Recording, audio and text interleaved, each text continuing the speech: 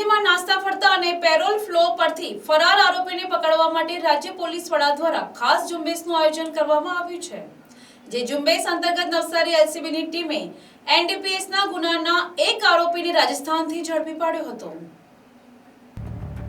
નવસારી જિલ્લા પોલીસ અધિક્ષક રાહુલ પટેલ અને એલસીબી પીઆઈ વિજય જાડેજાના માર્ગદર્શન હેઠળ નવસારી એલસીબીની પેરોલ ફ્લો સ્ક્વોડના એએસઆઈ લાલુસિંહ, દિવ્યરાજસિંહ અને મનોજકુમારને ટેકનિકલ સોર્સ અને બાતમીદારો મારફતે આરોપી રાજસ્થાનમાં છુપાયો છે।